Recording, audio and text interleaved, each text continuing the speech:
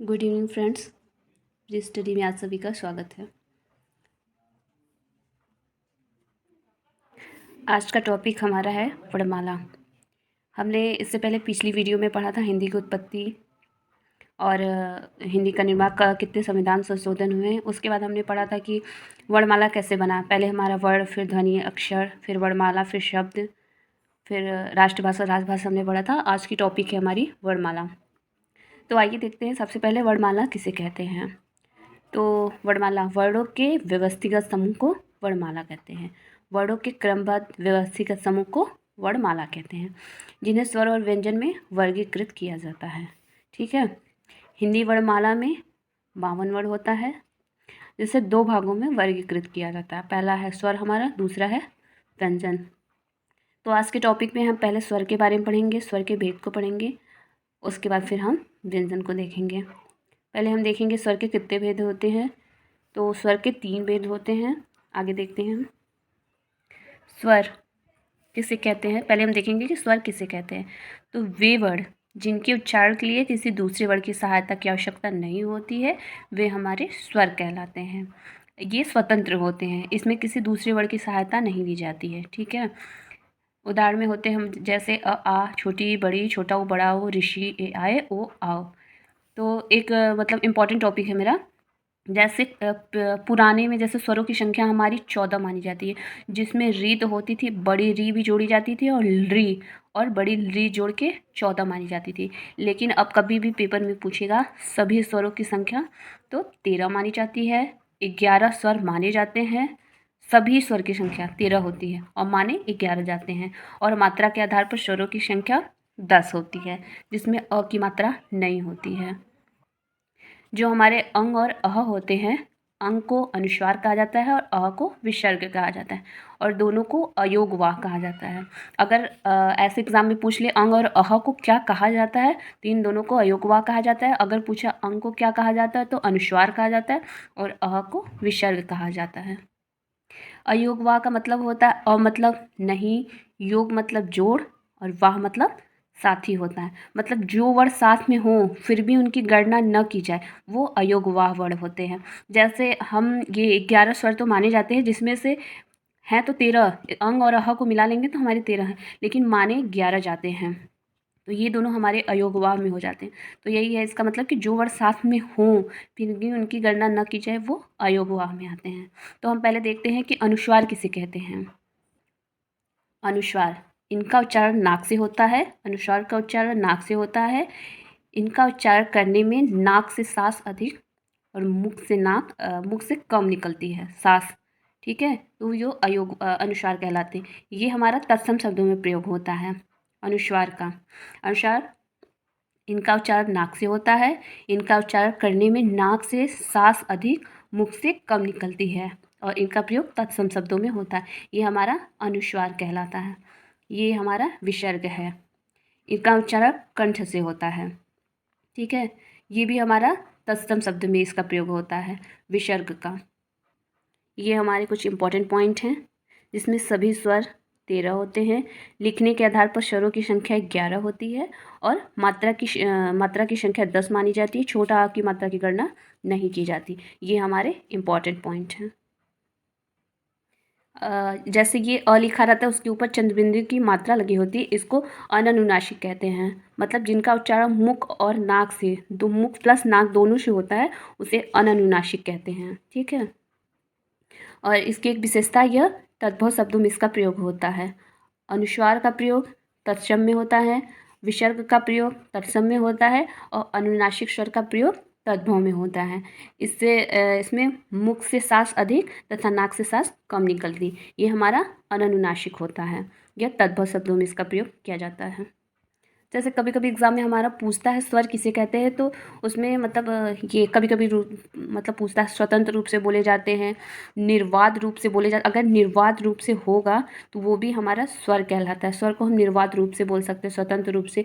कभी कभी पूछता है निर्विघ्न रूप से, मतलब निर्विघ्न रूप से किसका उच्चारण किया जाता है, तो उसमें भी हमारा होता है, उसमें होगा हमारा स्वर का। जिसमें अन्य वर्ण की सहायता न ली जाती है, वो भी हमारा स्वर कहलाता है। आगे हम देखते हैं स्वरों का वर्गीकरण, कितने भागों में स्वर को बांटा गया है। स्वरों का वर्गीकरण, मात्रा, काल, उच्चारण एवं समय के आधार पर स्वरों का वर्गीकरण 3 भागों में किया गया है। पहला हर्ष स्वर, दूसरा दीर्घ स्वर, तीसरा प्लुत स्वर। तो हर्ष स्वर को एक मात्रिक स्वर, मूल स्वर और अक्षर भी कहते हैं। दीर्घ स्वर को द्विमात्रिक स्वर कहते हैं, प्लुत को त्रिमात्रिक स्वर कहते हैं। हर्ष स्वर किसे कहते हैं, जिसमें एक मात्रिक का समय लगता है उसे हर्ष स्वर कहते हैं। दीर्घ स्वर हर्ष का दुगना समय लगता है उसे दीर्घ स्वर कहते हैं। और प्लुत स्वर हर्ष व दीर्घ से ज़्यादा समय जिसमें लगता है उसे प्लुत स्वर कहते हैं। हर्ष स्वर 4 होते हैं, अ, छोटी, छोटा ऊ और ऋषि। हर्ष स्वर की संख्या 4 होती है। दीर्घ स्वर की संख्या 7 होती है, जो 2 भागों में बांटा गया है। 3 मूल दीर्घ होते हैं, 4 संयुक्त या शंद दीर्घ होते हैं। तो मूल दीर्घ में हमारा आता है बड़ा आ, बड़ी ई, बड़ा ऊ। और संयुक्त या शंद दीर्घ में आता है ए आए और ओ आओ। फिर उसके बाद हमारा आता है प्लुत। प्लुत को त्रिमात्रिक स्वर कहते हैं। इसमें जैसे किसी के नाम को पुकारा जाता है और उसके लास्ट का शब्द काफ़ी देर तक खींच के बोला जाता है, वो हमारा प्लुत कहलाता है। जैसे हम ओम बोलते हैं तो ओम मतलब लास्ट वाला अक्षर जो रहता है हम काफ़ी देर तक खींच के बोलते हैं। जैसे हम किसी का नाम बुलाते हैं पूजा करके, जैसे पूजा को ही बुलाए तो लास्ट वाला शब्द काफ़ी देर तक जा को खींच के बोलते हैं, वो हमारा प्लुत में आता है। ये हमारा आगत स्वर कहलाता है। आगत स्वर यह अंग्रेजी भाषा से आया है, तो ये हमारा आगत स्वर कहलाता है। जैसे उदाहरण में डॉक्टर हुआ तो हम लिखते हैं ये, इसमें जो चिन्ह लगा है ये आगत स्वर का चिन्ह लगा है। तो हर्ष स्वर की परिभाषा हो, जैसे जिस स्वर को बोलने में कम समय लगता है हर्ष स्वर कहते हैं, जिसमें अ, छोटी, ऊ और ऋषि आता है। उसके बाद आता है हमारा दीर्घ स्वर। दीर्घ स्वर में जिस स्वर को बोलने में हर्ष का 2 गुना समय लगता है वो हमारा दीर्घ स्वर कहलाता है, जिसमें बड़ा आ, बड़ी, बड़ा ओ, ए, ऐ, ओ, औ आता है। इसकी संख्या, हर्ष स्वर की संख्या 4 होती है और दीर्घ स्वर की संख्या 7 होती है। उसके बाद आता है हमारा प्लुत स्वर।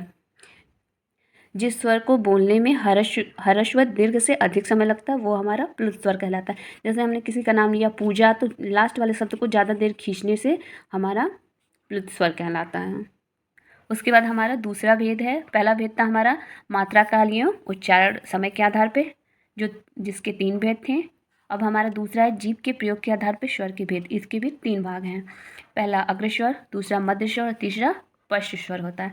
तो अग्रस्वर में आता है हमारा छोटी, बड़ी, ए और ऐ। मध्य स्वर में आता है हमारा अ और पश्च स्वर में आता है बड़ा आ, छोटा ओ, बड़ा ओ और आओ आता है। तो अग्रस्वर किसे कहते हैं पहले हम देखेंगे। तो जिस स्वर को बोलने में जीभ के अगले हिस्से का प्रयोग किया जाता है वो हमारा अग्रस्वर कहलाता है। इसकी संख्या 4 होती है, छोटी, बड़ी, ए और ऐ होता है। उसके बाद होता है हमारा मध्य स्वर। उसके बाद आता है हमारा मध्य स्वर। जिन स्वरों के उच्चारण करने में जीभ के मध्य भाग का प्रयोग किया जाता है मध्य स्वर कहलाता है। मध्य स्वर हमारा अ है। उसके बाद आता है हमारा पश्च स्वर। जिन स्वरों के उच्चारण करने में जीभ के पश्च मतलब पीछे के भाग का प्रयोग किया जाता है वो हमारा पश्च स्वर कहलाता है। इसमें आता है बड़ा, छोटा ऊ, बड़ा ऊ और आओ। तो ऐसे हम इसको याद करने के लिए हमने एक ट्रिक बनाया है, ट्रिक से जल्दी याद हो जाएगा। इसकी ट्रिक है आओ उल्लू पीछे पीछे, अ को छोड़ो बीचे बीचे। आ ओ, आ मतलब आ, ओ मतलब ओ और औ दोनों को लेंगे। उल्लू मतलब छोटा ऊ, बड़ा ऊ दोनों को लेंगे। पीछे पीछे मतलब पश्च स्वर, मतलब आ, ओ, औ, ऊ। पीछे पीछे मतलब पश्च स्वर। तो हमारा आ, छोटा ऊ, बड़ा ऊ, ओ, आओ पश्च स्वर हुआ। अ को छोड़ो बीचे बीचे, अ को बीच, बीच मतलब मध्य होता है। तो अ को छोड़ो बीचे बीचे, तो अ मेरा मध्य हो गया। और इनमें से जो बचता है वो हमारे अग्रस्वर में हो जाते हैं। आ हो गया, ओ, आओ हो गया, ऊ हो गया। पश्च मतलब पीछे, पश्च स्वर हो गए। अ को छोड़ो बीचे, अ हमारा मध्य स्वर हो गया। और ई, ए, आई जो बच्चे हमारे अग्रस्वर में हो गए। ठीक है।